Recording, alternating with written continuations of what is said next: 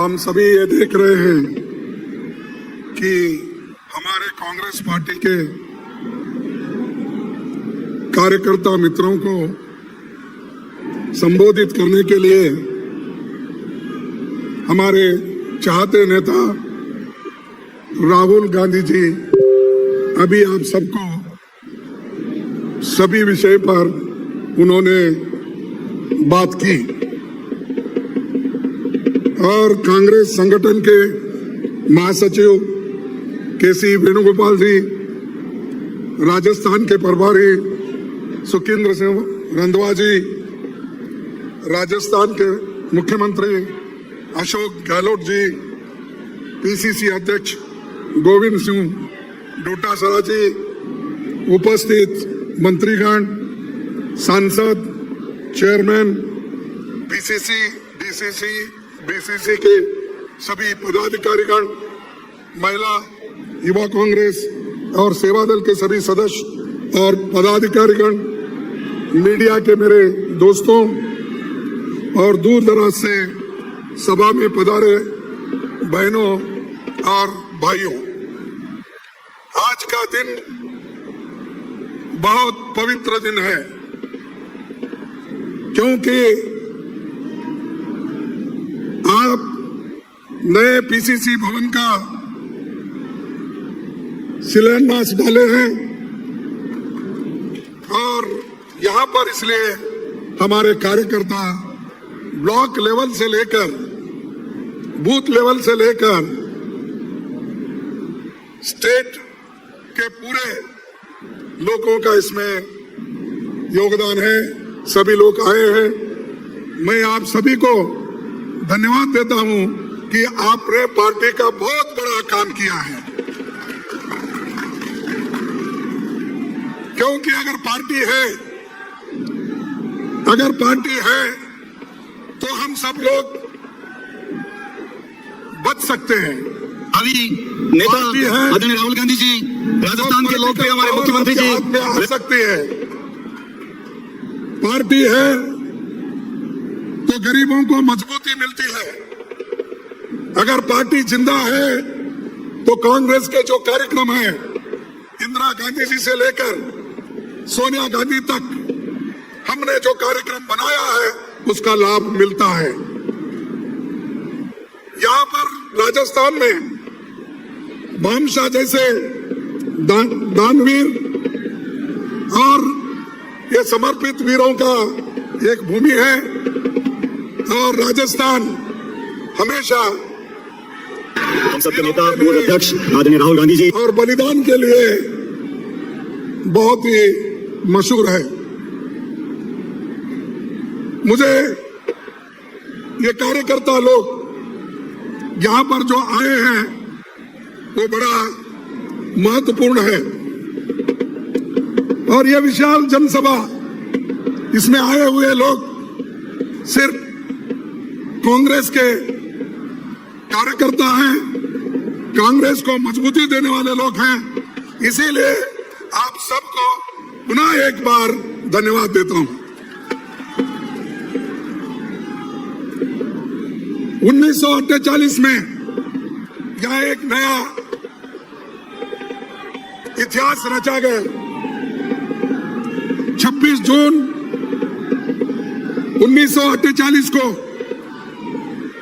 Rajputana Congress committee बनी।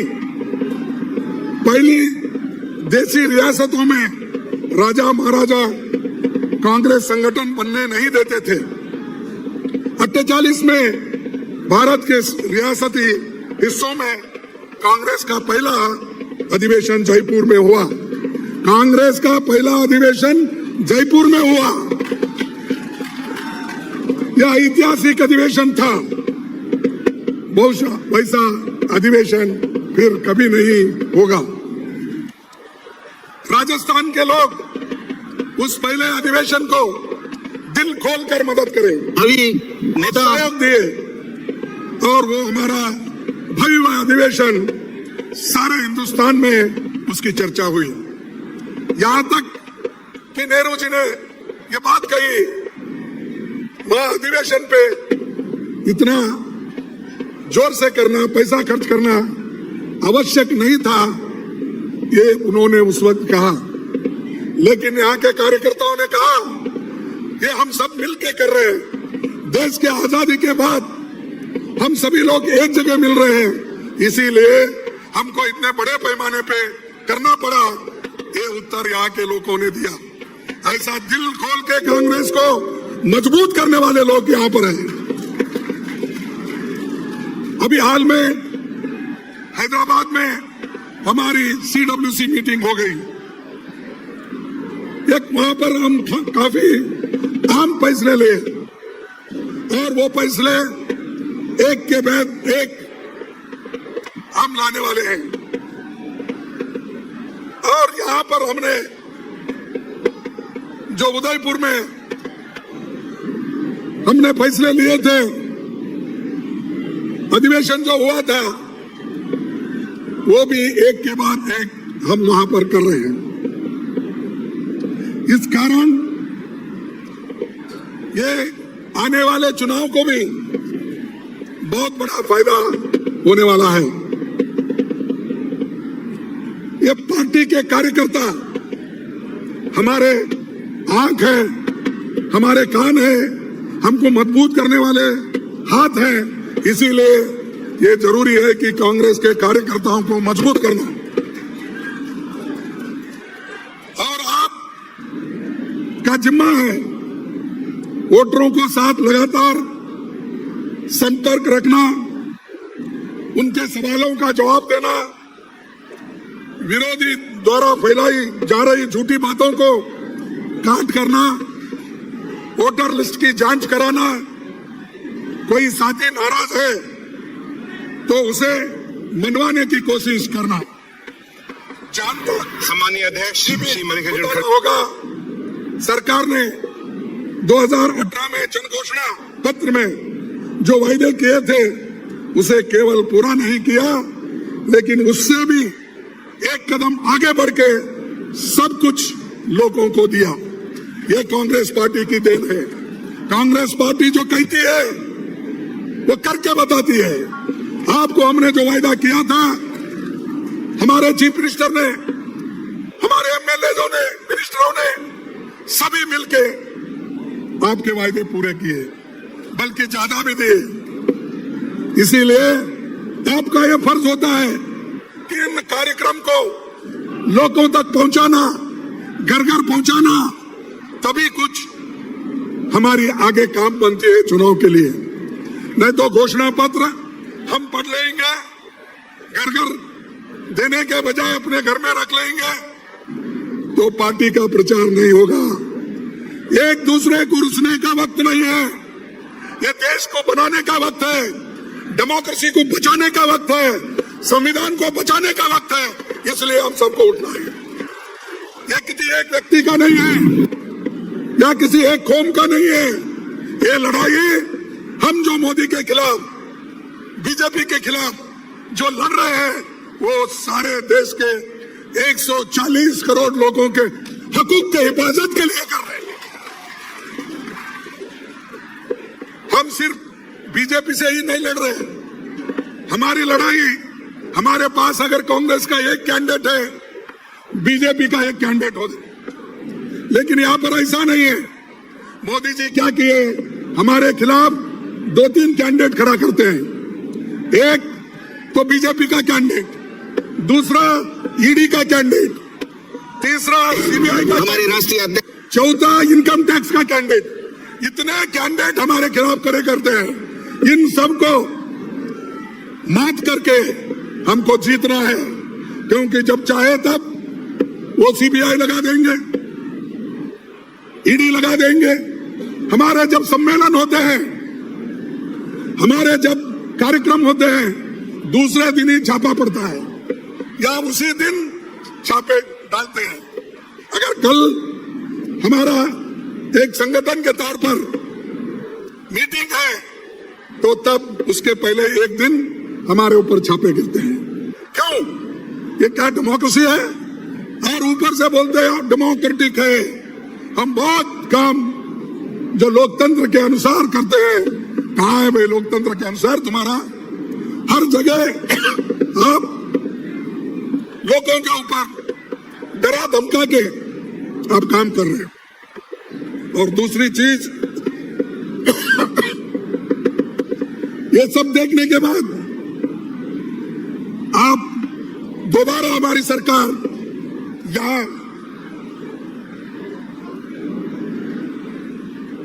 दोबारा हमारी सरकार राजस्थान में लाएंगे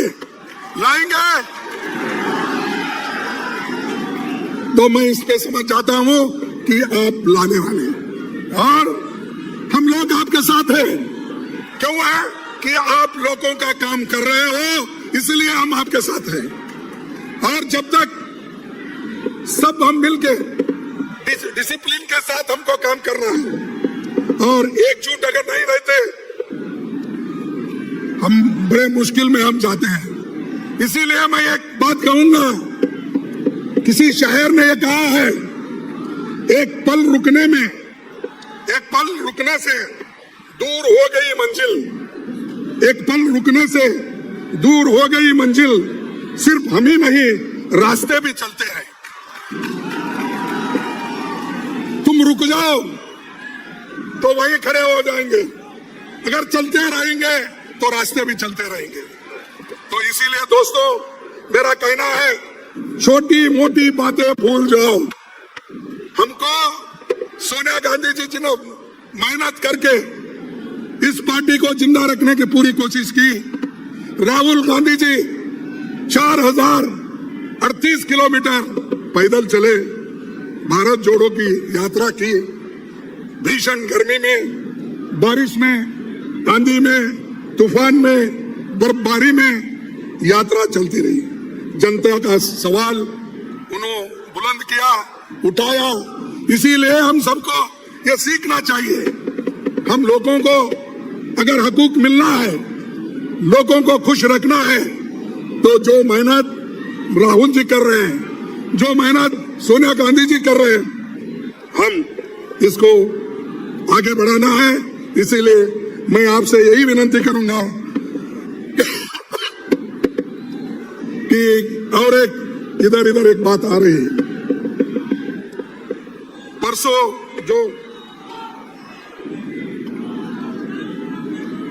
परसों हमारा एक स्पेशल सेशन हुआ, जो मोदी जी ने बुलाया था।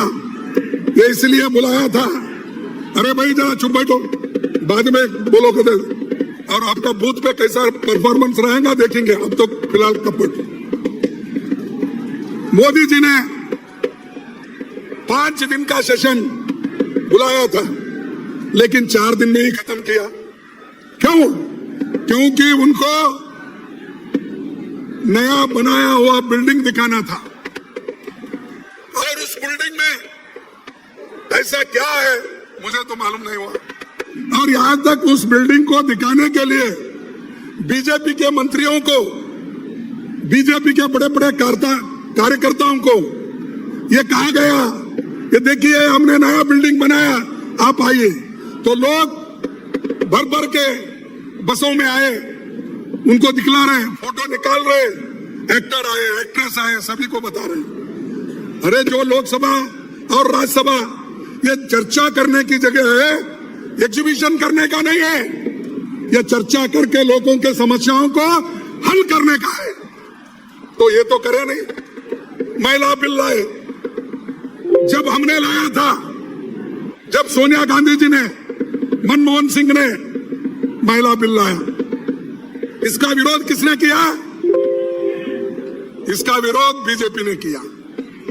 इससे पहले राजीव गांधी जी ने लाया था, उसका विरोध किसने किया? बीजेपी ने किया।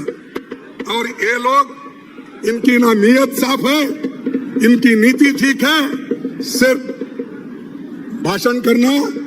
और उन्होंने अजीब क्या एक बहुत बड़ा हासिल किया। मैं आपसे गुजारिश करूंगा, महिलाओं से भी गुजारिश करूंगा कि ये जो महिला बिल हमने भी सपोर्ट किया, क्योंकि कल के दिन कांग्रेस जो बिल ला रही थी, अब आया तो ये लोग सपोर्ट नहीं कर रहे। ऐसा नहीं होना, इसीलिए हम सब मिलके उसको सपोर्ट किए, पास हुआ। अब कब आएगा वो कब इंप्लीमेंट होगा? 2030 में। 2029 का जनगणना भी देखेंगे, उसके बाद डिलिमिटेशन देखेंगे, उसके बाद ये बिल इंप्लीमेंट। तब तक 10 साल की बात वो कर रहे हैं। 10 साल में ना मोदी रहेंगे ना बाकी के लोग रहेंगे। अरे आज इसीलिए राहुल गांधी जी बोले, सोनिया जी बोले, मैं बोला कि पार्लियामेंट में उसको अब भी लागू करो, क्योंकि इसमें कोई बहुत बड़ा कानूनी पेचीदा नहीं है। तो सीधा सीधा जितने लोग हैं पार्लियामेंट में और राज्यसभा में, उसको 1/3 का उसमें से निकालो और दे दो, तो वो लागू 2024 को ही होता है। तो उन्होंने नहीं किया, उन्होंने चुप टालते गए, दिखाना दिखाना। तो हाथी के दांत होते ना, दिखाने के एक और खाने के एक। वैसा मोदी जी का हो गया। मैंने लाया और क्या जश्न मना रहे उसका। औरतें आ रहे, कोई फूल डाल रहे उसके ऊपर, आ रहे, कोई पैर पड़ रहे, इन्हों भी पैर पड़ रहे किसके। यानी जो चीज हम 30 साल पहले 89 में किए थे और उन्हीं के वजह से रुक गया था, और वही लोग आज हीरो बन के फिर रहे। तो लोग होशियार हैं, शाने हैं, ये कभी उनके झांसे में नहीं आएंगे। और जो कुछ किए हैं ये हमने किया है। आपको वोटिंग का अधिकार भी कांग्रेस ने दिया है। पंडित जवाहरलाल नेहरू, डॉक्टर अंबेडकर, संविधान में जो इस देश का एक मामूली से मालूम कर्मचारी, किसान, लेबर, अमीर से अमीर आदमी, खेती करने वाला, दुकानदार, सबको अगर हक किससे मिला तो वो कांग्रेस के वजह से मिला। पहले कहा था, पहले तो यह था जो टैक्स देते थे उनको वोटिंग का अधिकार, जिस इनकम टैक्स देने वाले को, प्रॉपर्टी जिसके पास है उसको, यह लोगों को था। लेकिन आजादी के बाद हमने जो संविधान बनाया, उस संविधान में गरीब से गरीब को भी एक वोट और उसकी कीमत एक ही, अमीर से अमीर आदमी को भी एक ही वोट, उसकी कीमत भी उतनी ही। ये काम हमने किया और हमको बार बार पूछते तुमने क्या किया? अरे हमने तो ये लोकतंत्र में सबको हक दिया, अधिकार दिया। आज इतने लोग, जो राहुल गांधी जी का पंचायत एक्ट, उसके तहत आज 14 लाख महिलाएं इलेक्ट हो गए हैं पंचायत में, जिला पंचायत में, तालुका पंचायत में, म्युनिसिपालिटी में, कॉर्पोरेशन में। ये किसने किया? 14 लाख हमने करके दिखाया। और आज हमारे बहने, माताएं, भाई सब रोटेशन के तहत को अध्यक्ष बन रहे हैं। हर कम्युनिटी के लोग हैं। अरे ये तो बीजेपी कभी भी नजदीक नहीं आने देती। यहां तक कि जो प्रेसिडेंट, राष्ट्रपति है, हमारे राष्ट्रपति द्रौपदी मुर्मू जी को वो नए बिल्डिंग इनॉग्रेशन में इनविटेशन भी नहीं दिया। यह है शेड्यूल ट्राइब के तहत। क्यों नहीं बुलाना? आप सिनेमा वालों को बुलाते हो, आप अपने लोगों को बुला के दिखाते हो, तो वो इनॉग्रेशन के लिए आपने मुर्मू को क्यों नहीं बुलाया? वो तो अध्यक्ष है, राष्ट्रपति है, और राष्ट्रपति को अपमान करते हो और ऊपर से बोलते हैं हमने ये सब बनाया। देखो उनको अध्यक्ष बनाया, इनको ये क्या बनाया? नाम के वास्ते बनाते हो। और दूसरी चीज, जब उसका फाउंडेशन हुआ, उसके फाउंडेशन के वक्त भी हमारे जो कोविंद है, राष्ट्रपति थे, उनको फाउंडेशन के वक्त भी नहीं बुलाया गया, क्योंकि वो अछूत है। अगर अछूत के हाथ से फाउंडेशन करेंगे तो नेचुरली फिर वो गंगा जल से लाके धोना पड़ता था। तो इसीलिए क्या शेड्यूल ट्राइब्स को आपने अहमियत दी, इंपॉर्टेंस दिया? मुझे बोलो, मैं ये सवाल शेड्यूल कास्ट के लोगों से पूछता हूँ, शेड्यूल ट्राइब के लोगों से पूछता हूँ, बैकवर्ड क्लास के लोगों से पूछता हूँ, ये मर्यादा है? अरे आप राष्ट्रपति, वो जब पार्लियामेंट बुलाते हैं तो हम लोग आते हैं, वो समन करते हैं, प्राइम मिनिस्टर समन नहीं करता, लेकिन उनको ही नहीं वहां पर जगह, उनको ही जगह नहीं वहां पर। तो फिर ऊपर से बोलते हैं हम महिला का बहुत बड़ा इज्जत करते हैं। उन्होंने नाम लिया, वो कित्तूर रानी चन्नम्मा का लिया, ठीक है, झांसी रानी का, ठीक है, ये तो इतिहास के पन्नों में ये सब है।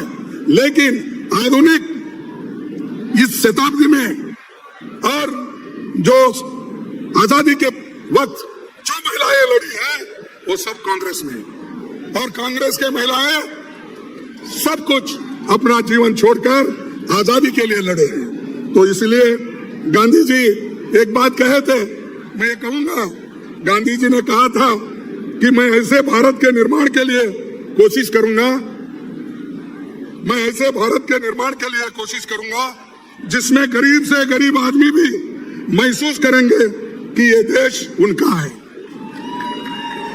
इसमें उनकी आवाज का महत्व होगा, जहां ऊंच नीच का भेद नहीं होगा, तथा स्त्री को भी वही अधिकार मिलेगा जो पुरुषों को प्राप्त होगा। ये महात्मा गांधी जी ने बोला। क्या कभी गोलवलकर गुरु जी ने यह बोला है? क्या बीजेपी के लोग इससे पहले बोले हैं? जनसंघ के लोग बोले हैं? ये बात को समानता को माने हैं? पिछले कितने भी उनके भाषण निकाल के था, उसमें महिलाओं के लिए कुछ नहीं है। जब यहाँ पर राहुल जी, हम लोग, सोनिया गांधी जी मिलके जब इंडिया का एक आइडिया निकाले, एक होने का जब आइडिया निकाले, तब वोटों के खातिर महिला का बिल उनको याद आया, और वो बिल को लेकर वही बात कर रहे हैं कि हम महिलाओं के साथ हैं। तो भाइयों, ये ऐसे बातों में मत आओ, ये झूठे हैं और हमेशा झूठ बोलते ही जाते हैं। आपको तो मालूम है सब जुमले। तो मैं अपने भाषण में राज्यसभा में भी कहा कि भाई ये एक जुमला तो नहीं है, क्योंकि 10 साल बाद है इंप्लीमेंट होने वाला है, और तब तक तो ये जुमला बनेगा क्या? तो इनके जुमले बहुत है। 2 करोड़ नौकरियां मैं सबको दूंगा, मिले क्या आपको? 15-15 लाख रुपए उन्होंने देने का वायदा किया था, वो मिले आपको? देखो, एक प्राइम मिनिस्टर इतना झूठ बोलता है, तो आप ही सोचिए, कोई भी चीज सिर्फ इलेक्शन के एक स्टंट बनाकर वो करते हैं। तो इसीलिए मैं आपसे विनती करूंगा कि जो महात्मा गांधी जी का सपना था, और सभी स्त्री पुरुष को, गरीब को एक जगह रख के काम करने का, तो ये हमको बीड़ा उठाना है। और सभी ओबीसी के महिलाओं को जब तक ये आरक्षण नहीं मिलेगा, हम उनके लिए लड़ते रहेंगे, और ओबीसी को जरूर इसमें मिलना चाहिए। 73-74 संशोधन हमने किया, करके जो महिलाओं को देना था सभी को दिया, लेकिन ये लोग वो देना नहीं चाहते, क्योंकि ये रोकना चाहते हैं। चलो 10 साल में क्या होगा देखेंगे। ये उनका एक बहुत बड़ा ये एक पीछे का है। ये लोग सामने आके बोलना नहीं चाहते, इस एजेंडा को पीछे ही रखे हैं। यहाँ पर कांग्रेस के जो अधिवेशन हुआ, शायद पहली अध्यक्ष यहाँ से जो चुने गई सरोजिनी नायडू 1925 में अपना अध्यक्ष बना दिया था। अब 100 साल में आरएसएस हो, बीजेपी हो, कोई महिला उनके पार्टी की अध्यक्ष बनी है क्या? आरएसएस की महिला कोई ऊंचे पद पे गई क्या? तो आपके पास अपने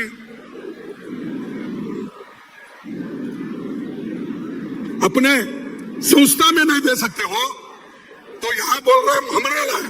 अरे हम लाए तो आप उसको आगे इसलिए बढ़ाने की कोशिश कर रहे हो कि चुनाव नजदीक आ रहे हैं, और वो भी 10 साल के बाद आपके वायदे हैं। हमारा वायदा यही है, 2024 में हमारी गवर्नमेंट आएगी तो हम पहला काम करेंगे और अमेंडमेंट करके दिखाएंगे। तो इसलिए भाइयों, आप सब मिलके काम करो। हमारे पार्टी के सभी नेता, सोनिया गांधी जी से लेकर राहुल गांधी जी से लेकर प्रियंका गांधी जी से लेकर सभी लोग कोशिश कर रहे हैं। यहाँ पर मैं समझता हूँ 10 दिसंबर को आए थे, शायद सितंबर को 10th को आए थे अपने प्रियंका गांधी जी। हर जगह वो जा रहे हैं कहाँ बुलाते। आज राहुल जी भी विद्यार्थियों के पास गए थे और रेलवे कुलियों के पास भी जाकर उनके मुश्किलात को उन्होंने पूछा। क्या कोई ऐसा नेता कोई करता है? अरे अपने कपड़े खराब होते बोलकर कोई नजदीक नहीं जाता। तो वहां कुलियों के पास रेलवे में बैठ के राहुल गांधी जी ने बताया उनका क्या कष्ट है उसको ठीक करने के लिए।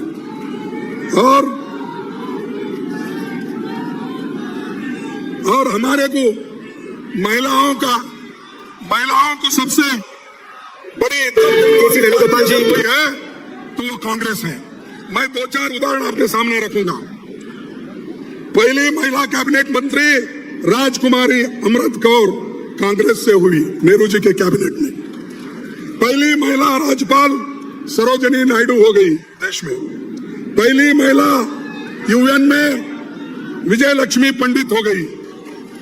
पहली महिला सीएम यूपी में सुचेता कृपलानी हो गई। पहली महिला लोकसभा अध्यक्ष सोनिया गांधी जी ने मीरा कुमारी जी को बनाया। भारत की पहली महिला प्रधानमंत्री कौन थी? इंदिरा गांधी थी।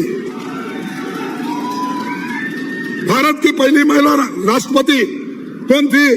प्रतिभा पाटिल थी और वो राजस्थान की राज्यपाल भी थी। और बीजेपी अपनी जानी मानी महिला नेताओं को कैसी इज्जत देते हैं। राजस्थान में और पड़ोसी मध्य प्रदेश में महिलाओं को कैसा सम्मान करते हैं वो आप लोग देखे हैं, तो मैं उनकी बात नहीं करता। सारा देश देख रहा है मणिपुर में क्या हो रहा है, उसके बारे में हमारे प्रधानमंत्री सोचते नहीं, सोचने का समय नहीं। और उनको अगर हम कुछ कहें तो सब छोड़कर आपके जमाने में नहीं हुआ, इनके जमाने में, तो इसीलिए राहुल गांधी जी बोले ठीक है अगर कुछ नहीं हुआ हम उसको मानते हैं, लेकिन आप क्यों नहीं कर रहे? दूसरों को कहने वाले आप क्यों नहीं कर रहे? जब हम करना था हमने किया। लेकिन आज ये जो मोदी सरकार बीजेपी कर रही है, शायद समझूंगा ये वो कर नहीं सकते, लेकिन हमारी सरकार हर जगह अपना काम करती है। राजस्थान में जो कांग्रेस की सरकार वायदा की थी, इंदिरा गांधी नहर लेकर चंबल नहर बनाई, दूसरी सिंचाई परियोजना के कांग्रेस ने बनाई। तो ये जो पंचायत के और जो वायदे किए थे वो सभी मैं गिनना नहीं चाहता, बहुत है। कांग्रेस की राजस्थान सरकार ने राइट टू हेल्थ दिया, मिनिमम इनकम गारंटी दी, महंगाई राहत कैंप दिया, इंदिरा गांधी गैस सिलेंडर दिया, 12वीं तक आरटीई में फ्री शिक्षा दी, पुरानी पेंशन दी, शहरी रोजगार योजना लागू की, 21 लाख किसानों को 16,000 करोड़ रुपए कर्ज क्या हो गया? माफ हुआ। तो ये सब हमारे योजनाएं हैं और बहुत से चीजें अभी भी है, मैं इसको दोहराना नहीं चाहता हूं। फिर आपके सामने एक ही मुद्दा रखूंगा। बहुत पहले पंडित जवाहरलाल नेहरू ने कहा था, पंडित जवाहरलाल नेहरू जी ने कहा था, एक पूंजीवादी समाज की शक्तियों को अगर अनियंत्रित छोड़ दिया जाए तो वे अमीर को और अमीर बना सकते और गरीब को और गरीब बनाते थे। ये है पंडित जवाहरलाल नेहरू की सोच, ये है कांग्रेस की सोच, ये है राहुल गांधी की सोच, ये है सोनिया गांधी की सोच। ये सोच सब कांग्रेस लोगों की है। मैं फिर एक बार, एक पूंजीवादी समाज की शक्तियों को अगर अनियंत्रित छोड़ दिया जाए तो वो अमीर को और तथा गरीब को और गरीब बना देती है। तो मैं इसलिए कह रहा हूं कि आज अमीर और गरीब में बहुत बड़ी खाई है। इस देश के 5% लोगों को उनके पास 62% वेल्थ है, 5% लोगों के पास जो अमीर है 62% है और 50% गरीबों के पास 3% वेल्थ है, 3% संपत्ति है। आप सोचिए गरीब का गरीब होते जा रहा है, अमीर का अमीर होते जा रहा है।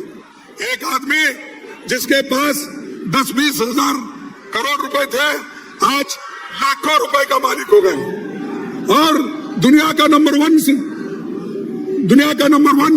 या नंबर 2 अमीर बन गया है। ये कैसा बना? जैसा कि राहुल जी ने बोला, चंद पूंजीपति लोगों को मोदी सरकार ने पाला है, उनको सब कुछ दिया है और सब कुछ सरकार का लेके पब्लिक सेक्टर्स दौड़ी के काम पे वो चले गए, दमड़ी के काम पे बेचे गए। मैं समझता हूँ राजस्थान का एयरपोर्ट भी अदानी के पास ही होगा, है कि नहीं जी? तो हर चीज अमीरों को बेचा जा रहा है, तो फिर कहां गरीब बचेंगे? तो इसलिए दोस्तों, मैं ज्यादा वक्त आपका नहीं लेता, क्योंकि आपको मालूम है सिलेंडर पहले तो 500 रुपए में मिलते था, उसको तो 1100 रुपए कर दिए। लेकिन ये राजस्थान वालों की किस्मत अच्छी है, गहलोत ने उसको 500 रुपए में दिया।